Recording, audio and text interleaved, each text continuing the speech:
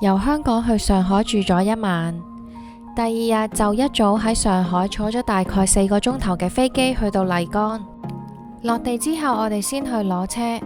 今次我哋係 book 咗一嗨租車，記得喺 APP 先俾咗押金先。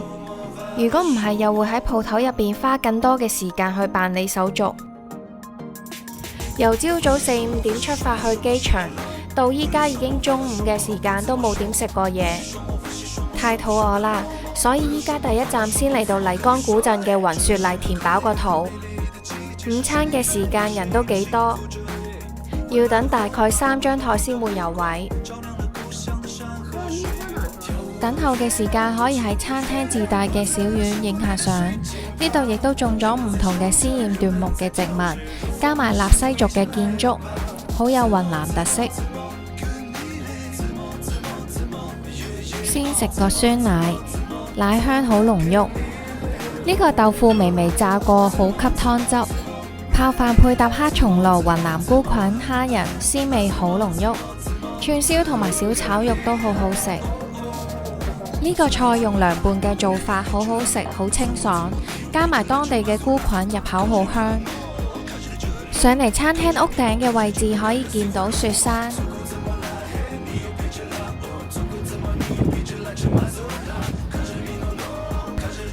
嚟到麗江古鎮嘅酒店，酒店本身冇停車場，但係會有酒店嘅職員提前同你聯絡，會有員工去幫你喺停車場攞你嘅行李去到酒店嘅房間。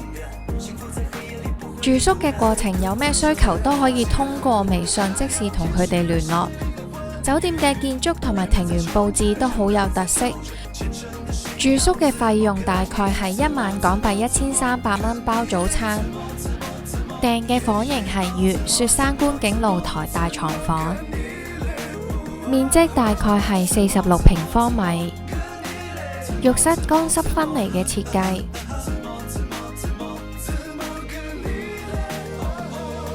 房間亦都提供音響同埋加濕器，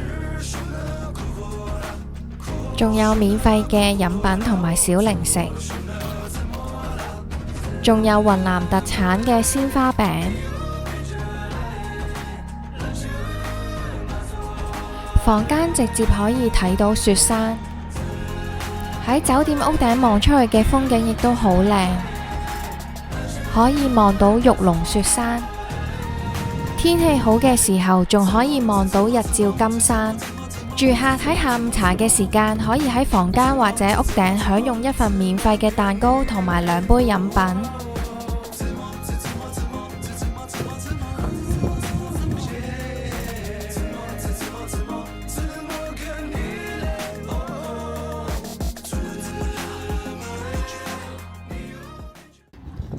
之後就導航嚟到麗江植物園嘅北門，有免費嘅停車場。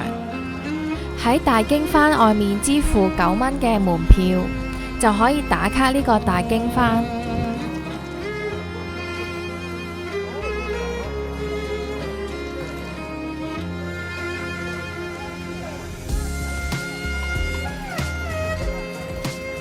經幡主要採用紅、黃、藍、白、綠5個顏色，分別象徵咗金、木、水、火、土5行文化嘅內涵。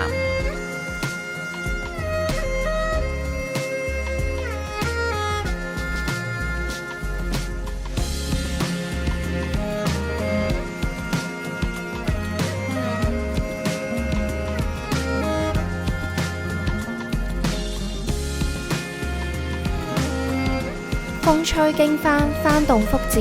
隨風飄動嘅經幡，每飄動一次就等於誦經一次，祈求庇佑。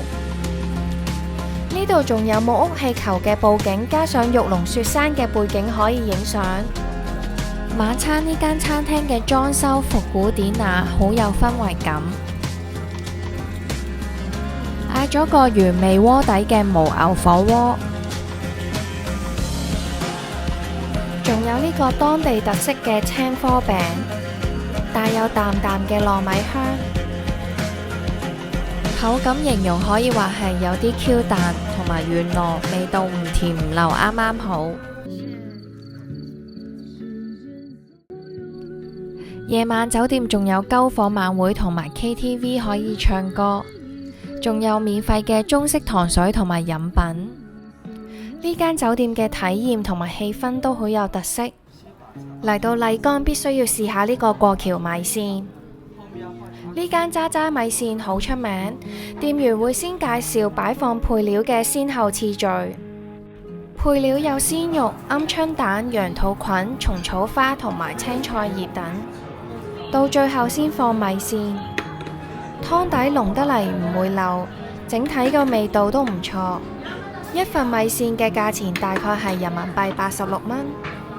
喺麗江嘅最後一晚住咗喺呢一間酒店，房間有45平方米，中式嘅室內設計，浴室都係乾濕分離，另外設有浴缸，價錢係大約港幣1600蚊包早餐。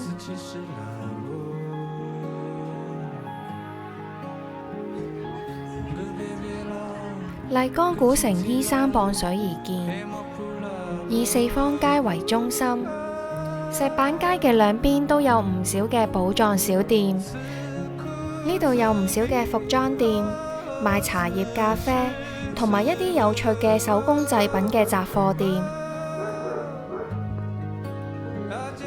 每間店鋪嘅裝潢都好有自己嘅特色。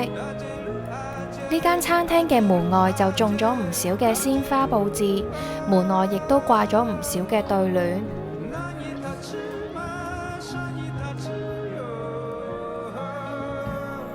嚟到古城必須要去間咖啡店度打卡。